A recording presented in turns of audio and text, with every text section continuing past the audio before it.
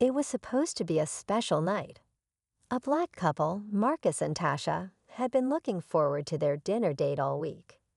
Dressed sharp and ready to enjoy a meal together, they walked into an upscale restaurant, expecting nothing but good food and good company. But from the moment they stepped inside, something felt off. The manager, a middle-aged man with a stiff smile, watched them closely, his eyes filled with something colder than indifference. As they waited for their table, the couple noticed other guests being seated quickly, even those who arrived after them. When Marcus approached the host stand to ask about their reservation, the manager stepped in with a smirk. "Sorry, we're all booked up," he said flatly. The restaurant, half empty in plain sight, told a different story. Tasha exchanged a glance with Marcus, her stomach twisting. They knew what this was.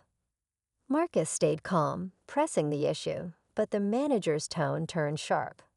"I think you two should leave," he said, his voice louder this time, making sure the other diners could hear. A few people turned their heads, some awkwardly looking away.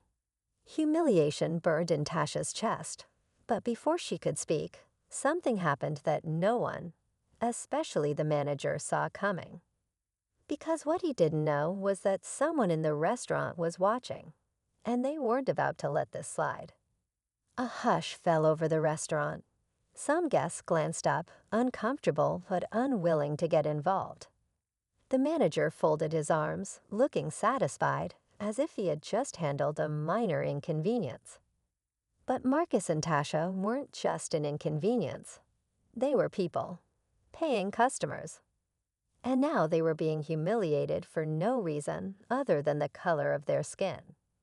Just as Marcus took a breath, steadying himself before deciding whether to argue or leave, a voice cut through the tension. "Excuse me," a woman at a nearby table said, standing up. She was dressed in a sharp navy suit, her presence commanding but calm. The manager turned, clearly annoyed by the interruption. "Is there a problem here?" she asked, her eyes locked onto him. The manager's face twitched. "No problem at all," he said, his tone suddenly polite. "I was just letting them know we're fully booked." The woman raised an eyebrow. "Fully booked?" She repeated, glancing around at the empty tables. A couple of waiters exchanged nervous looks. Tasha noticed a young server near the back, shifting uncomfortably, gripping his notepad like he wanted to speak, but was too afraid to. Marcus, sensing something was off, took a closer look at the woman.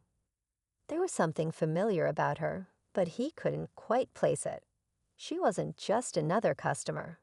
There was a reason she was stepping in now. And the manager, he was starting to realize it too. The manager's smirk faded as the woman took a step closer. The confidence in her posture made it clear. She wasn't someone to brush off. He forced a chuckle, trying to keep control of the situation. "Look, I don't want any trouble. We have the right to refuse service." Tasha's hands clenched into fists at her sides. "Refuse service to who exactly?" she asked, her voice steady but sharp.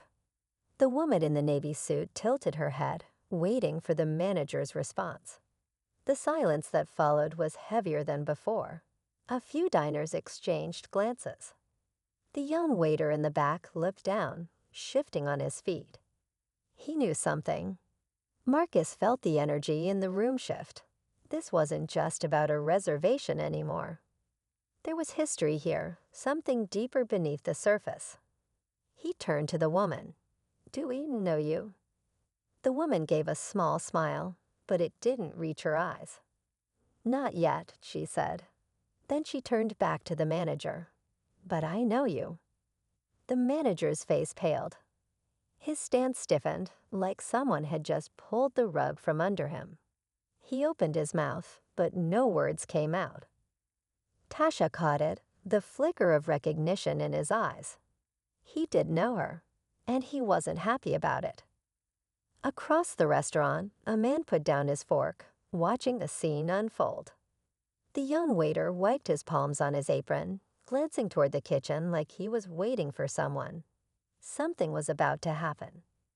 The restaurant felt different now. The clinking of silverware had slowed, conversations had hushed, and even the waitstaff seemed unsure of what to do next. The manager's fingers twitched as he glanced around, realizing more people were paying attention than he'd expected. His confidence wavered, but he wasn't ready to back down just yet. Marcus studied the woman in the navy suit. There was a sharpness in her eyes, a certainty in the way she stood. She wasn't just another guest standing up for them. She had a reason for being here. Tasha noticed, too. "Who are you?" she finally asked. The woman didn't answer right away. Instead, she turned her focus back to the manager. "You don't remember me, do you?" she asked, her voice calm but edged with something unshakable. The manager shifted uncomfortably.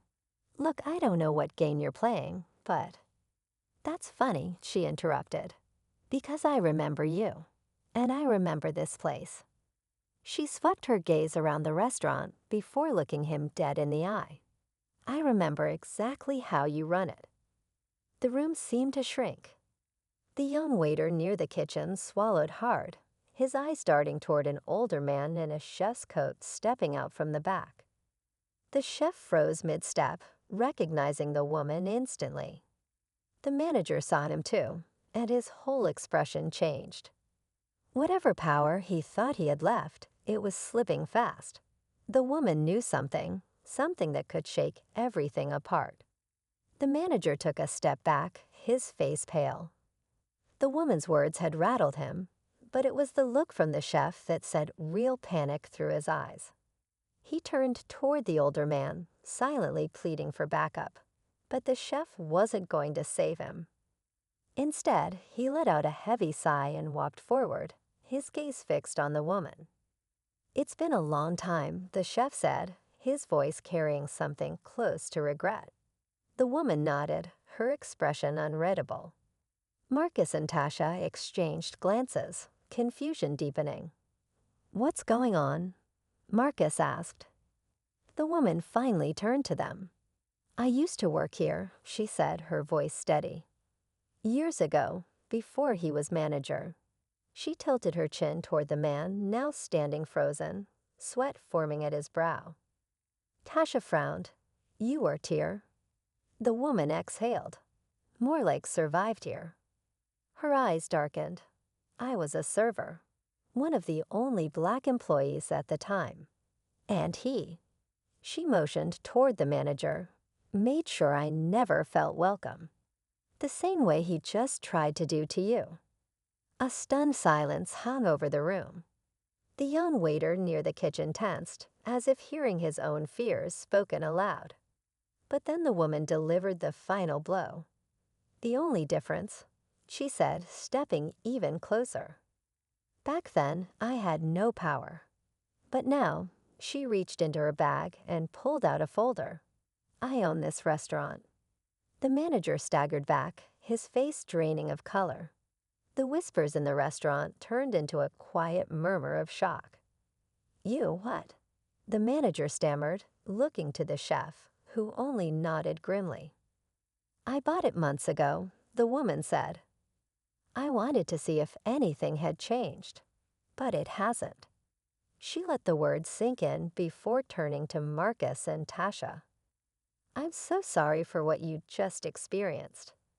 And I promise you, it won't happen again." She turned back to the manager. "Because as of right now, you're fired." Gasps rippled through the room. The young waiter's lips parted in shock, then curled into the smallest of smiles. The chef simply nodded, as if he'd been waiting for this moment.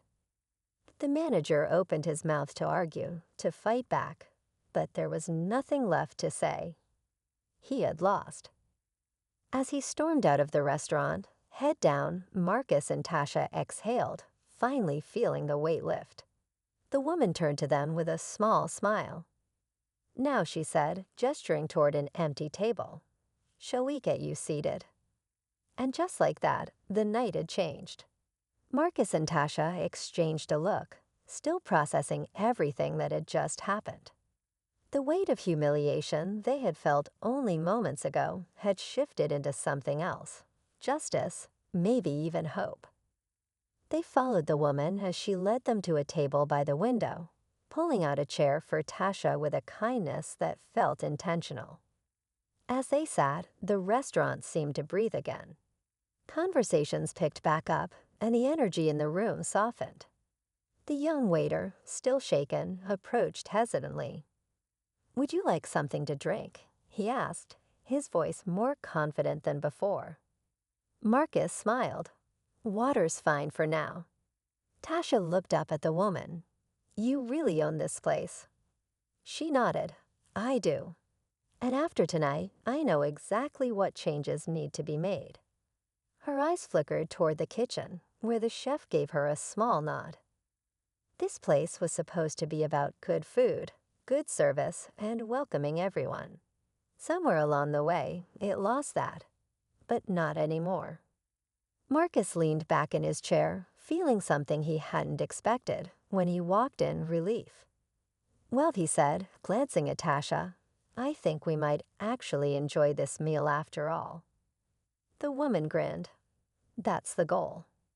As she walked away, the waiter handed them Menace, his hand steady now. And for the first time that night, everything felt exactly as it should. Fair, right, and most of all, welcoming.